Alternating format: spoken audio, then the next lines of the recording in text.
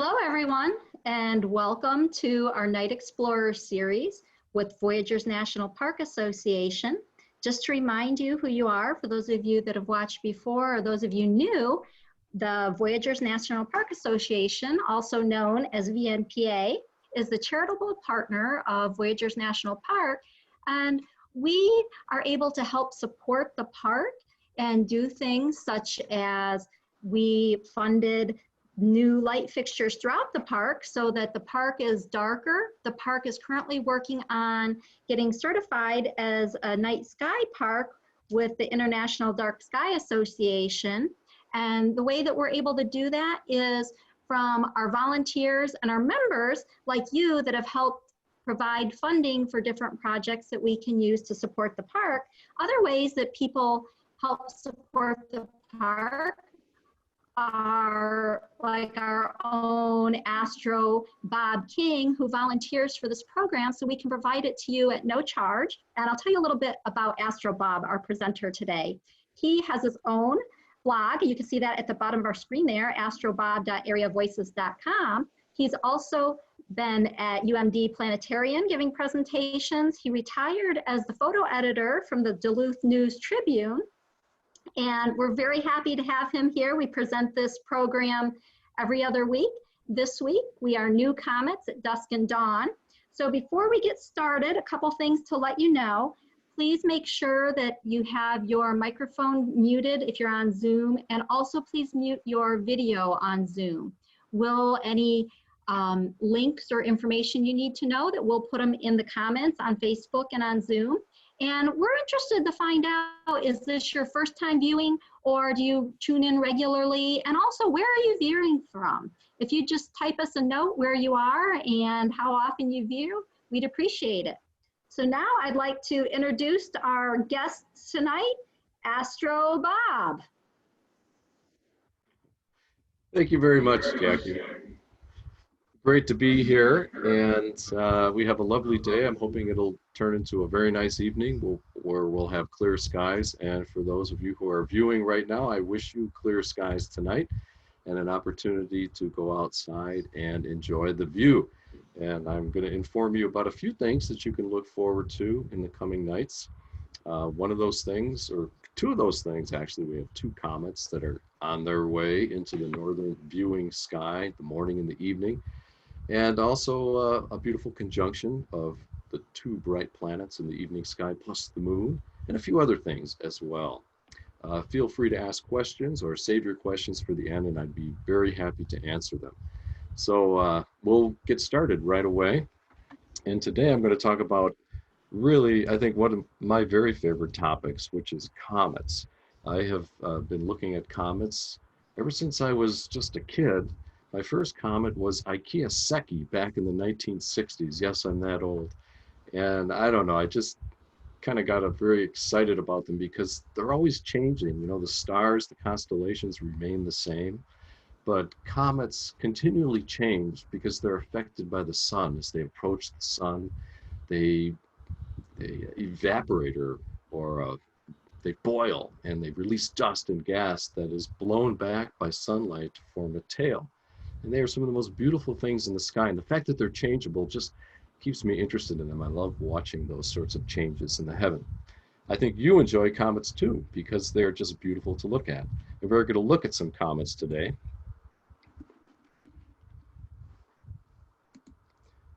And I'll get you there just in a moment. Here we are.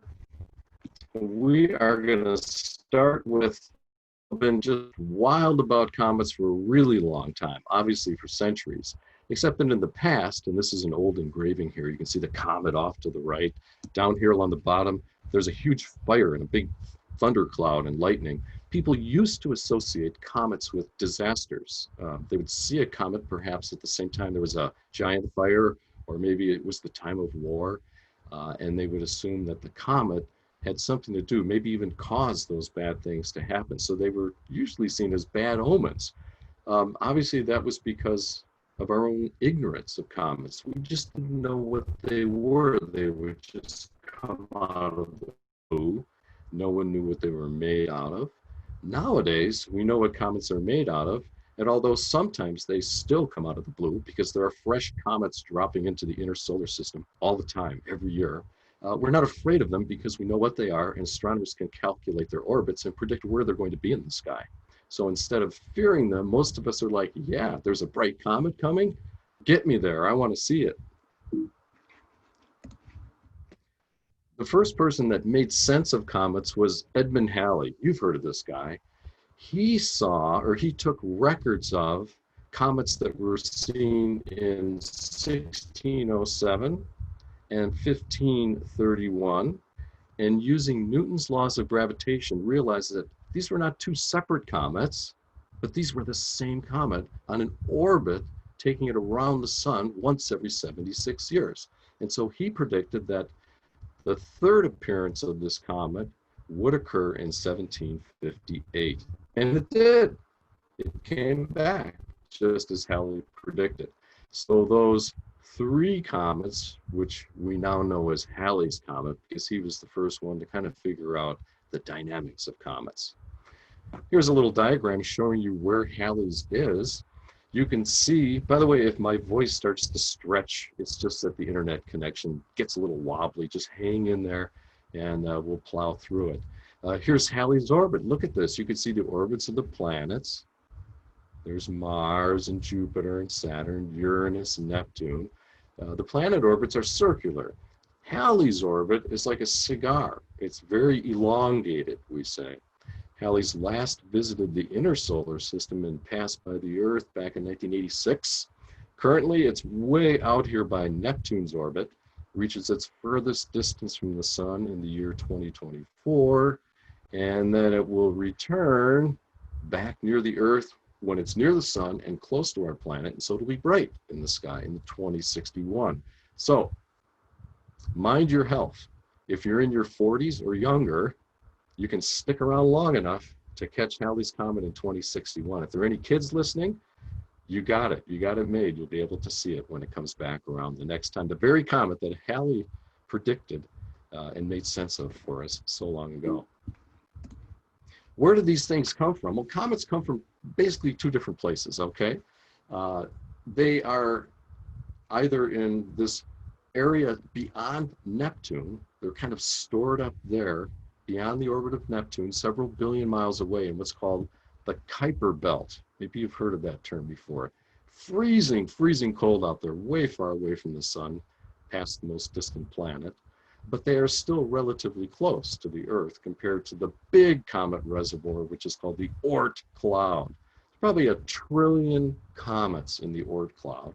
Oort cloud is about 5,000 or 50,000 times the Earth's distance from the sun. It's like a gigantic sphere. And in that great sphere, there are billions of comets.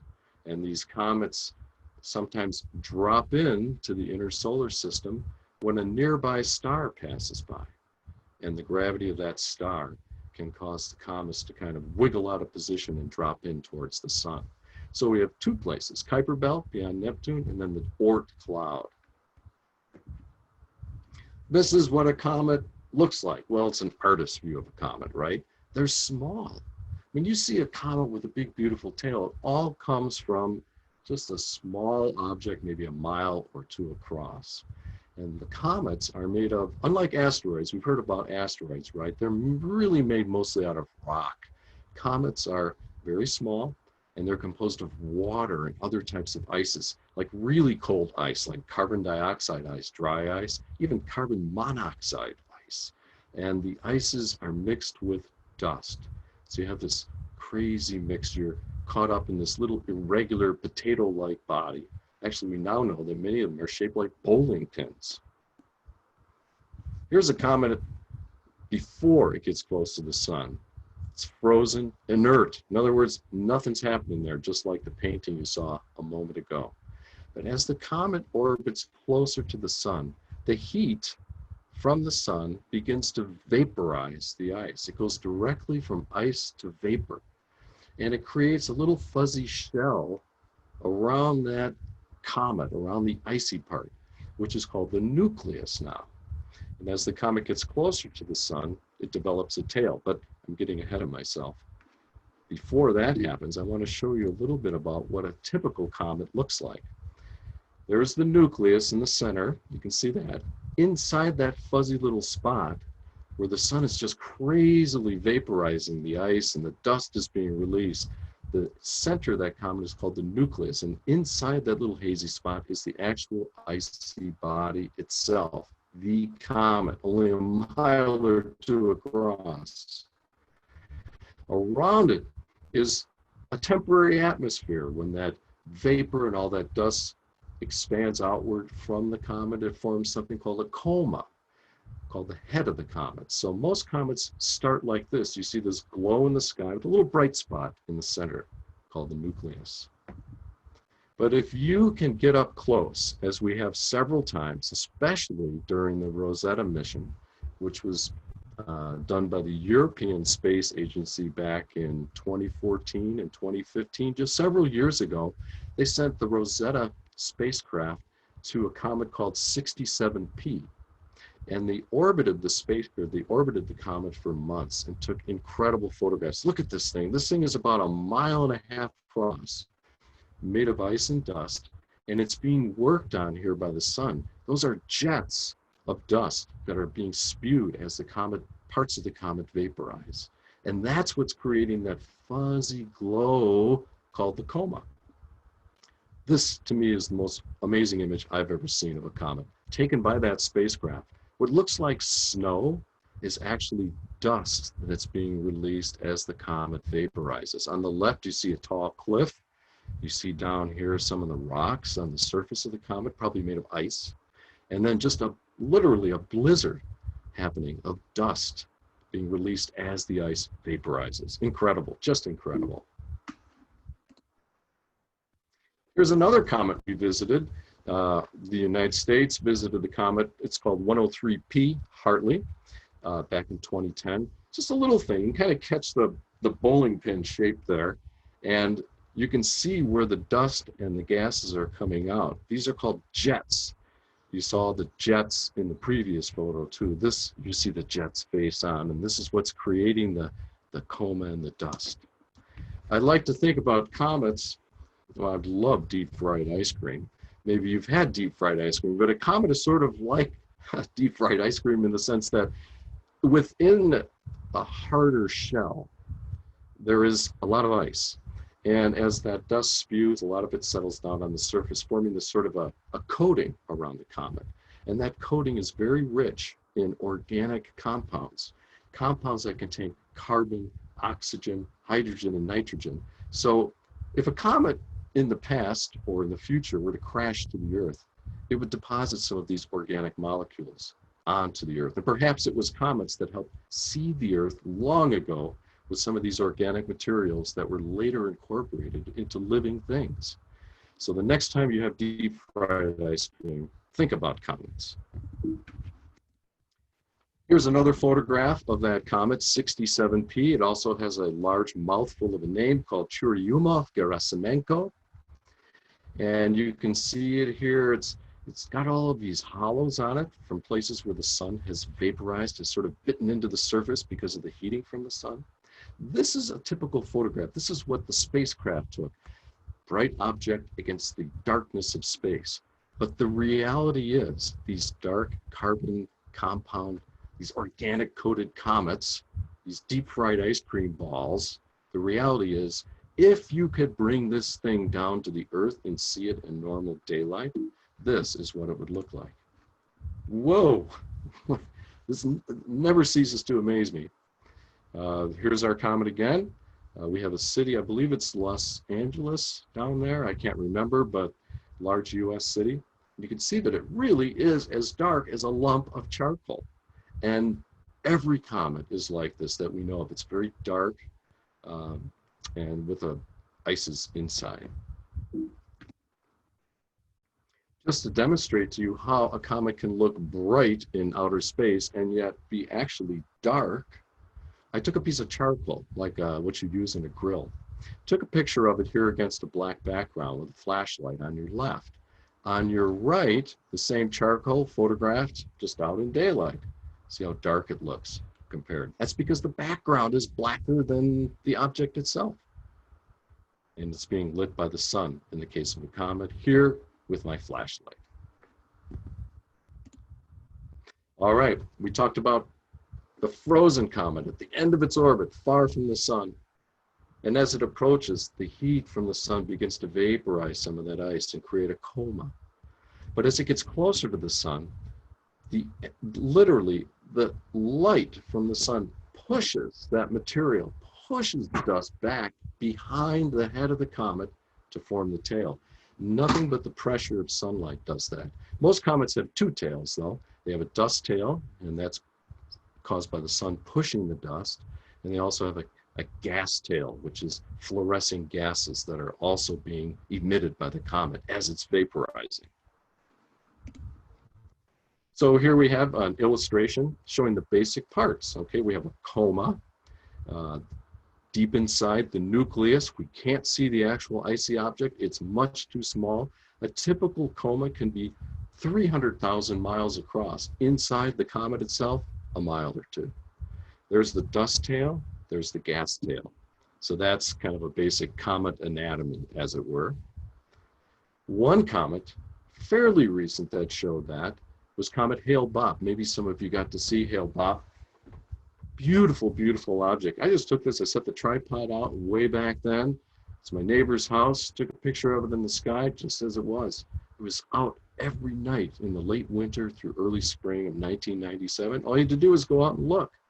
These brilliant comets that don't require a telescope or binoculars, that are just out there, you might see one of those roughly every 10 to 15 years. So they're not very frequent. Here you can see the dust tail. Okay, and this is the gas tail, which is blue colored because it's carbon monoxide gas and it's being excited by ultraviolet light from the sun, makes it glow blue. Hale Bopp came from the Oort cloud, not the nearby Kuiper belt. It came from way out there, thousands and thousands of Earth distances from the sun away, on a very long looping orbit. You thought Halley was long at 76 years. The next time we're going to see Hale Bopp, 2,500 years. I'm not going to be around, but I'd love to be. Here's another spectacular comet, a little more recent, not visible to Northern Hemisphere viewers, but a spectacle for those who live in the Southern Hemisphere, called Comet McNaught, back in January of 2007. Look at that twilight and that tail, just magnificent. Comets, we tend to think of like an ice cube as a very solid thing, but comets are not like ice cubes. They're made of fragile, spongy type ices that are easily broken, that can crack. And as a comet goes around the sun, each revolution, it loses some of its ice, right? It vaporizes away. Plus the solar heating and the gravity of the sun, and especially the outer planets, can work over a comet's nucleus. And occasionally, comets will actually just fragment on their own. They'll just break apart into bits. This is a comet called 73P, and it broke apart into many, many small, we'll call them mini comets if you like. Look at that, just spectacular. These photos were taken by the Hubble Space Telescope, and it shows this comet fragmenting away. Many comets just make one appearance, they break apart, and that's it. That's their whole life.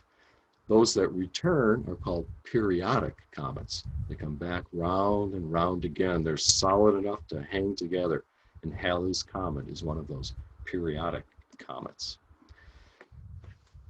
Now that may look like dust you see on your floor or on top of your refrigerator, right? But that's comet dust. And some of that dust, if you had a special instrument, you could see that inside there were organic compounds. This is dust from that comet 67P. Comet dust is a big deal. You can't just sweep it away. Comet dust remains in the solar system. And when the Earth, as it orbits the sun, it can strike this dust. It can run right into it. The same way when you're driving on a summer evening, you can run into a bug that hits and smashes against your windshield. In the case of the Earth, the atmosphere is our windshield, and the Earth is the car. And it is driving around the sun, and it hits these cometary particles, these dust fragments. And the dust can be just like you saw, very tiny, or it can be maybe the size of like a grape nut, for instance, from grape nut cereal, just a little, or a piece of rice or an apple seed. And when it hits that dust, it strikes the atmosphere at such an extreme speed that it burns up and creates a meteor trail. So many of the meteors you see on any random night are probably pieces of comet dust, released when a comet came close enough to the sun for that dust to boil off. Sometimes the Earth crosses right through the orbit of the comet. And when that happens, there's extra dust there, right? Because the comet's been spewing all along. And as we pass through that comet's orbit, we don't get just 1 or 2 meteors. We get a blizzard of meteors. Every August 11th, 12th, our planet, passes through the orbit of the comet called Swift-Tuttle. Here it is, you can see it in our diagram here. And when we zip through there at many thousands of miles an hour, those meteoroids, as they're called, those dust particles, strike our windshield, and we see up to 60 to 80 meteors per hour. That particular comet is the parent of the Perseid meteor shower. And the Perseid meteor shower, if you want to put this on your calendar, make note of it, the Perseid meteor shower occurs this year on the night of August 11th, the morning of August the 12th. That's when it'll peak. You can see Perseids a week in advance and a week after, but this is kind of the best time slot to see them. And the moon will not interfere too much this year either, so it should be a really nice shower. Watch for that. Oh, we've got some comets coming. We have had some disappointment in comets in the past month. There were 2 comets that were on their way that some astronomers thought would become bright enough to be visible with the naked eye in the month of May and June. One of those was called Comet Swan. And this is a picture I took of Swan back in late May. When it appeared in the northern hemisphere sky, it was just there before sunrise. You can see the little guy right here with a little short tail. This comet, unfortunately, broke apart. It fragmented, and it never came up to its expectations. This will happen with comets. You read about comets. Astronomers might predict it'll get bright, but always take it with a grain of salt, because they're fragile things and can be broken up as they're spewing those gas jets and dust jets that can literally push against the comet and cause it to break into pieces. All right, so that comet has since faded, but there are 2 new comets that are on their way. Comet Lemmon, recently viewed in the southern hemisphere, and Comet NEOWISE, the same. And both of these comets are on orbits that are taking them up into the northern hemisphere sky, and we'll see them very soon. Comet NEOWISE, which is a crazy sounding name, right? Stands for, it's just an acronym. It stands for Near Earth Object Wide Field Infrared Survey Explorer. And that name comes from a spacecraft that detected this comet, and the spacecraft is called NEOWISE, so that's where it got that wild name. The other comet is Comet Lemmon, discovered at an observatory in Arizona in a sky survey. And these are photographs, recent photographs of the comets. Let's see where they're going to be. Oh, this is cool. I just saw this today. You can go online to a site called SOHO, which is Solar Heliospheric Observatory. Just type in SOHO and sun, and you can see the most recent pictures taken of our sun in all different wavelengths of light. This was taken today, earlier today, and it shows Comet NEOWISE entering the field of view of the SOHO spacecraft. And the SOHO is up there to photograph the sun, or the area around the sun.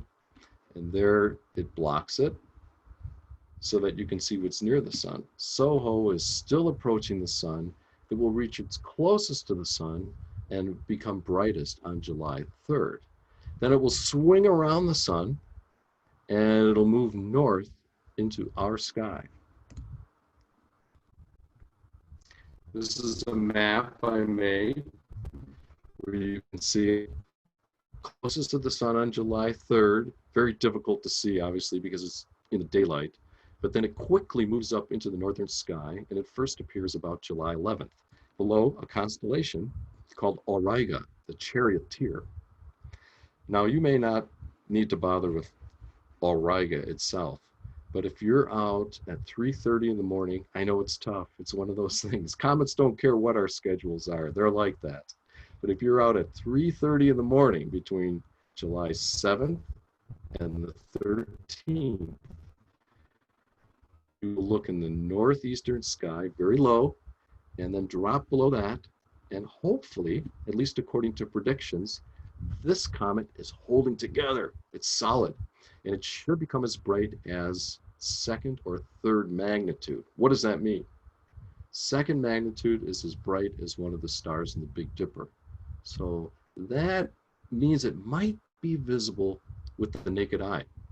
I would encourage you, though, to go out with a pair of binoculars and to find Capella, lower your binoculars to closer to the horizon, and sweep to the correct position, star hopping to find the comet. I'll have more maps as we get closer to the date, plus more recent information about how bright this comet really will be. We don't know exactly, but it could be second magnitude, a Dipper star brightness. The other comet is Lemmon, and that one will appear in the evening sky, much more convenient viewing time. We've got Lemmon here facing west, 10:45 p.m. Central Daylight Time, July 8th through 18th. And you can use the Big Dipper to guide you there. You take the end star of the Dipper, you shoot a line through it. You first sort of bright star you hit is called Cor Caroli. It's in another constellation called the Hunting Dogs. And then you keep dropping down to see to Denebula in the tail of Leo the Lion. And then from Denebula, you can star hop down to the comet. So again, I'll have more instructions as we get closer to those dates. And come mid-July, this is great news, we're going to see both comets in the evening sky.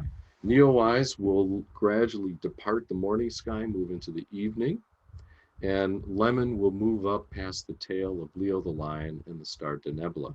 So you'll be able to go out and see them both, certainly with binoculars, from a dark sky. I have another event I'd love for you to look at that doesn't require binoculars. It doesn't even require a dark sky of any kind, and that is a conjunction.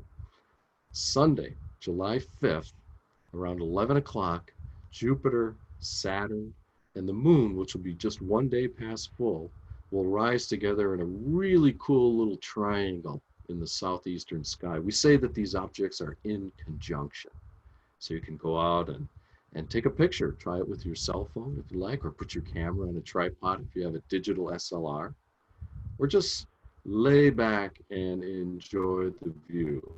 This will happen on July 5th, one day after the 4th of July.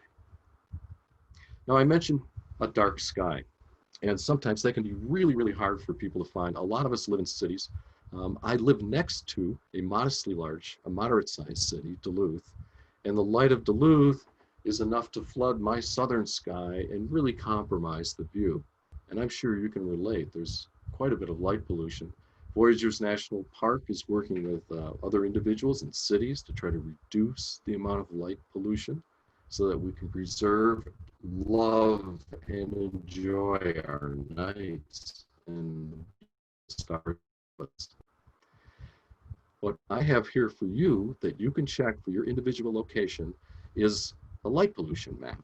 You can just go to Google, to your web browser, and type in lightpollutionmap.info. And we'll also have this link up for you later too. Lightpollutionmap.info. It takes a second to load, and then you drag your cursor and you zoom in on where you live. And it's color-coded. So here we've chosen Minneapolis, St. Paul, for instance, where it's purple and red, very light polluted. So you'll see very few stars, right? Highly compromised sky.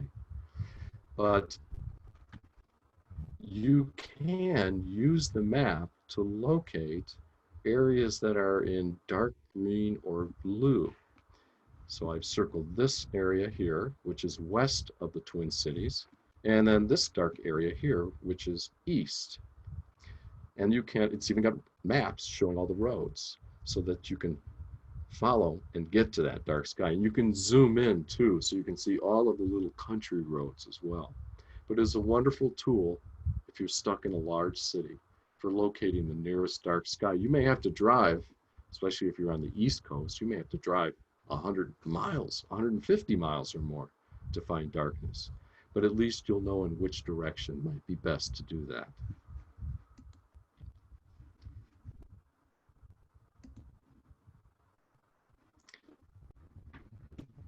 So that's our little presentation on comets, and also a little bit of information to help you find a dark sky. I hope you'll be able to see either one of those comets. Again, bring binoculars. You know, they're unpredictable, and binoculars really make a huge difference. They brighten things up so nice. And then the conjunction happening on July the 5th. I do want to mention one other thing, and then if there are any questions, I'd be happy to take them. On July the 4th, we have a very minor eclipse of the moon called a penumbral eclipse, where the moon does not go directly through the center of the shadow cast by the Earth. Instead, it grazes the edge. So it's going to be kind of faint and maybe a little tricky to see. But if you go out on the 4th of July at around 11:30 at night and look at the moon, if you're keen-eyed, you should be able to tell that the top half of the moon looks a little shadowy compared to the bottom half. So I'm open to any questions you might have at this point. We have one question already, and that is, just a minute here, I'm pulling it up. Is there any electromagnetism that arises from the vaporization activity? Oh, and from the vapors? Yes. When a comet, well, there's, pardon me, the sun can ionize. It can strip electrons off some of those, like carbon monoxide and so on. But it's not an electrical type environment around a comet. In other words, you wouldn't get a shock. And the spacecraft that orbited the comet did not get a shock or was not charged with electricity in any way. And that spacecraft actually let go of a little lander to land on the surface. And that lander bounced around several times, again, with a very neutral environment without any electricity. So while there are atoms or ions, they call, that can conduct electricity, it's not an electrically charged environment, so to speak. Good question. All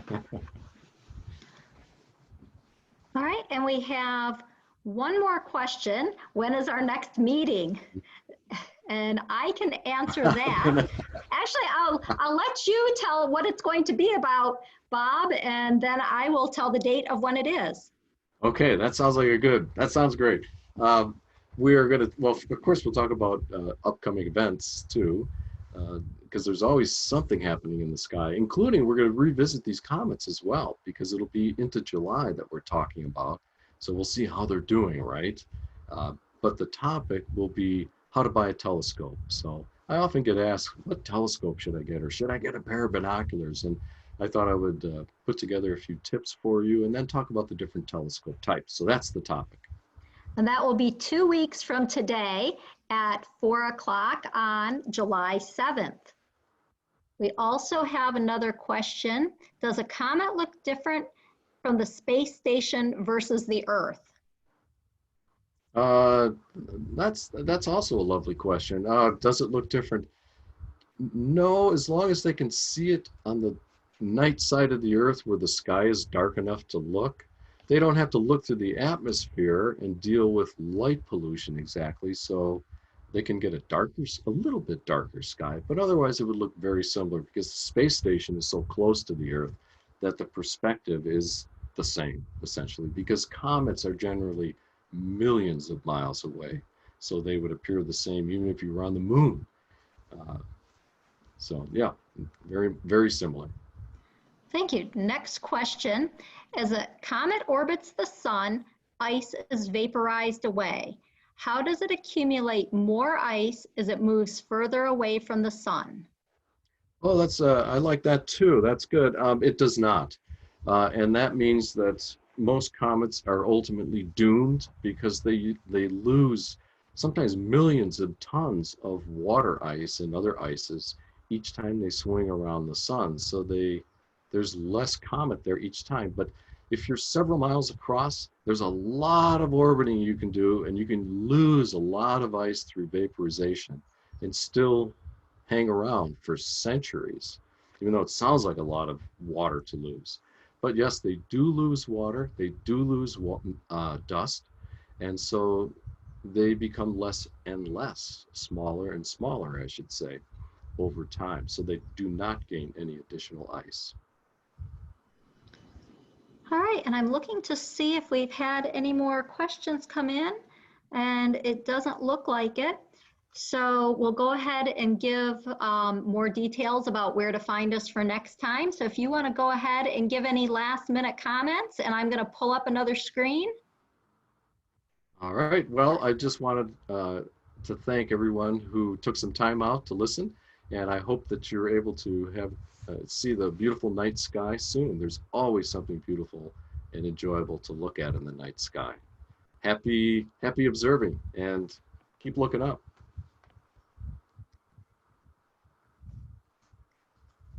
And for those of you that are viewing, that you can go to voyagers.org, dark skies, and you can find out more of the recorded videos from all of the presentations so far. And we will shortly have the one that Astro Bob just presented. So if you came in late, you'll be able to go back and watch the whole thing. You can also find out more about events such as our lunchtime with Voyagers, a question and answer, and summer updates from Voyagers National Park Superintendent Bob DeGrosse. That will be this Thursday at 11. And you can also find out more about becoming a VNPA member. So we'll look forward to seeing you in 2 weeks. Thank you.